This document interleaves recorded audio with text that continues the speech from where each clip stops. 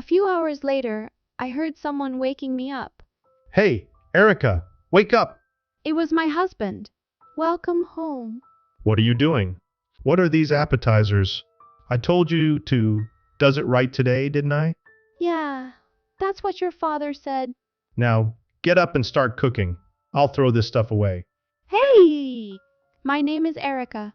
I'm a 28-year-old office worker. I have a boyfriend named Scene. I met him on a blind date, and he made a fierce approach towards me. He was kind and funny, and I was immediately attracted to him. Then, a year after we started dating, he proposed to me.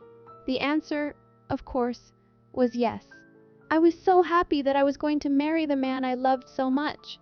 My parents also liked him and congratulated us on our marriage. His parents were also very nice people, and I knew we would have a married life. After that, the wedding and the honeymoon went well, and we started our new life. I was very happy and enjoying my new life with my husband. Then, I got pregnant. On top of being happy, another wonderful event, and I felt the greatest happiness in my life. My husband was also very happy about the baby. I'm going to work harder, he said. However, I think my husband had a wrong idea about trying hard. Even though I was suffering from morning sickness, he was working a lot of overtime to increase his income. I was so worried about having a baby for the first time, and I wanted him to home early if he could. But it was not easy for me to tell this to my husband, who was working me and the baby. Then, after 6 months have passed, or I enter a stable period in my pregnancy, I decided to take both paid and maternity leave to take a break from work. But I guess that had the opposite effect for my husband. He seemed to think I was bored at home and didn't do any housework anymore. When we first got married, we were both working, so we shared the housework. When I got pregnant, he took the initiative to do the housework because he was concerned about my health. But when he started working more overtime, he helped with the housework less and less, and I had to do it all myself. I was feeling quite stressed out, and one day I had a run-in with my husband. He didn't work overtime and came home early that day. Yeah, by the way, what's for dinner? I'm sorry. I'm not feeling well. Sol was lying down until just now, so I was going to start cooking now. I was able to come home early today. And how come there isn't any food? You're a stay-at-home wife, so you should do better. Oh, I'm trying my best to do things right. Besides, the reason I'm taking time off work is that I'm pregnant and not feeling well. You should at least understand that. You're saying it's my fault? Don't blame me for your own inadequacies? I didn't say it like that. I'm just saying that we are a couple and we need to support each other. What I want from you right now is not to work as hard as you do. I want you to be there for me and help me with the housework as much as possible. In short, you want to slack off. What? Why is that? Because if you're going to be home all the time and depend on me to do the housework, it's not anything but slacking off. That's enough. I'm going to have the baby back home. Huh? What do you mean? I'm saying I'm going home to my parents for a while. I'm not coming back here until the baby is born. When I say that, my husband said, "Oh, really? Do whatever you want." And he stormed out of the house. I felt sad and wondered why it had gone so wrong. I cried alone in the house. I wondered if you would be happy to give birth in this situation. After that, I went back to my parents' house and took it easy with their support. It seemed that I had been under a lot of stress. After resting at my parents' house, my physical condition improved considerably. Then, about 2 months after I started living at my parents' home, my husband's in-laws suddenly came to visit. They hadn't had any contact with my husband since I went back to my home. I was puzzled by the fact that they came out of the blue. Apparently, they wanted to apologize to me. It seems that my in-laws had come to the house where my husband and I lived because they were worried about my health. They were surprised to see that I was already gone. And when they asked my husband what was going on, he told them that I had gone back to my hometown after a fight. They grabbed my husband by the neck and came to my parents' house. Erica, I'm really sorry about our stupid son. We gave him a big lecture.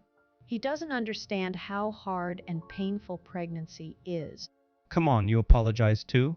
Erica, I'm sorry. My husband bowed his head, saying, apologize. It's okay. I'm sorry I got emotional too. And we were able to reconcile. My in-laws are really nice people. I don't know what would have happened if they hadn't come in to mediate this time. A healthy baby girl. My husband was very happy about the birth of our daughter. I took her with my back to the house where I lived with my husband. After my maternity leave was over, I took a childcare leave and devoted my raising my baby. But taking care of the baby was harder than I had expected. My daughter cried a lot at night. Because of this, I could hardly sleep at night. I woke up in the morning exhausted, made lunch for my husband, and did. One day, I reached my limit. I fell asleep with my daughter while I was putting her to bed. It was already nighttime, and my husband woke me up. Oh, I'm sorry. I knew I was in trouble. I hadn't prepared anything for dinner. He might get angry at me like he did before. My husband gave me an annoyed look but didn't get mad. But he said, "Next Saturday, my parents are coming to celebrate the birth of the baby, so you'd better be on top of things then." I remembered that my mother-in-law had contacted me just before. It's already coming up next week. I was concentrating on taking care of my baby, and the day of his celebration came in the blink of an eye. Well, I have to go to work in the morning. Okay. Make sure you prepare a decent meal, my parents, okay? Yeah, I will. Although my husband doesn't get angry anymore, he still seems to underestimate the difficulties of taking care of a baby. After he left for work, my daughter had just fallen asleep, and I was ready to start cooking. Then suddenly the doorbell rang. Who in the world is calling me now? I asked myself. To my surprise, it was my parents-in-law. What happened to you both? You were supposed to come over this afternoon, won't you? I'm sorry for coming all of a sudden. I was just thinking that you must be trying really hard to make a feel-good story out of this. Look, I bought appetizers so we can all eat these together. He picked them out and bought them for you. Oh, really? Thank you. That's when my daughter started crying. Apparently, the sound of the doorbell woke her up when the in-laws came. Oh my gosh, I'm so sorry we woke her up. Erica, is she crying a lot at night? How do you know? Cian cried a lot too, so I thought she might be like that too. Then, Erica, you haven't slept much, have you? I'll take care of her. You can get some rest in the meantime. Get some good rest. I'll go and buy the booze and other drinks. Let me know if you need anything else. Thank you for everything, Mother and Father. So I decided to listen to them and get some rest. I lay down on the couch and slept. A few hours later, I heard someone waking me up. Hey, Erica, wake up. It was my husband's voice. My parents are here, and you brought these cheap appetizers? I told you to behave today. Oh, that's your father. Now get up and start cooking. I throw this stuff away. My husband grabbed the appetizers and was about to throw them away, but I stopped him.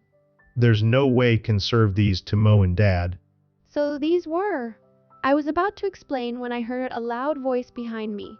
Hey, what are you doing? It was my father-in-law's voice. Apparently, he just got home.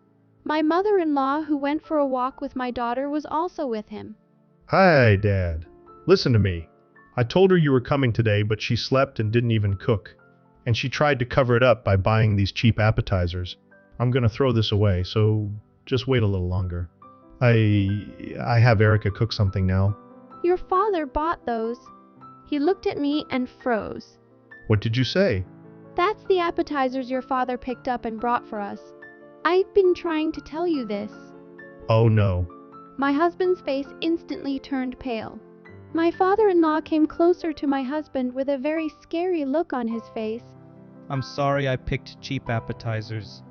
Oh no, it's just... What the hell is your problem? You don't care about Erika at all.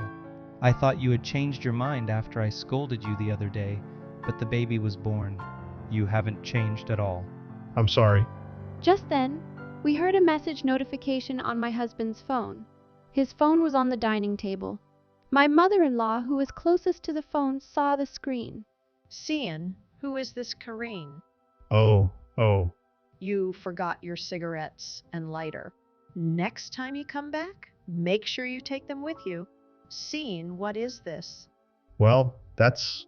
I thought you were going to work. Who is this woman, Karen?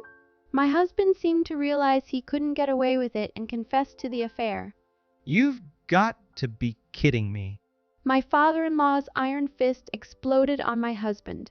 He got down on his knees and apologized to me in tears. Well, it was just a case of the devil getting the better of me. He tried to excuse himself, but I couldn't trust him anymore. I can't do this anymore. Please, let's divorce. Oh no. My in-laws said, of course you should get a divorce. I'm sorry for all of the trouble my son has caused you. I'll make him do whatever you want about the divorce. With that, my parents-in-law took my husband out of the house and went back to their house. They told me that they made my husband tell them about the affair. The adulterer was a junior employee of the same company, and to my dismay, they had been having an affair since I was pregnant with their child. He was not working overtime but meeting secretly. If filed for alimony against my husband and the adulterer and child for my husband. Since my in-laws were with him, my husband could refuse and agree to their demands. So we got divorced. My ex-husband was told by his parents that they would kick him out of their house if he didn't leave me alone. My ex-husband is forced to live a life of daily surveillance, going back and forth between work and home. Also, my ex-husband paid alimony direct to me, but my in-laws paid me a long sum of child support money, which was a considerable amount. My ex-husband will have to pay back to his parents little by little. My in-laws also manage my ex-husband's salary and give him an allowance every month. It's a very inconvenient life, but it's all his fault. One returned to my parents' house, and with their help, I went back to work. My daughter has grown up so well, and she makes me happy with her cute smile every day. I will continue to work hard for her and take good care of her. Thank you for watching. Please subscribe to the channel if you like. See you next time.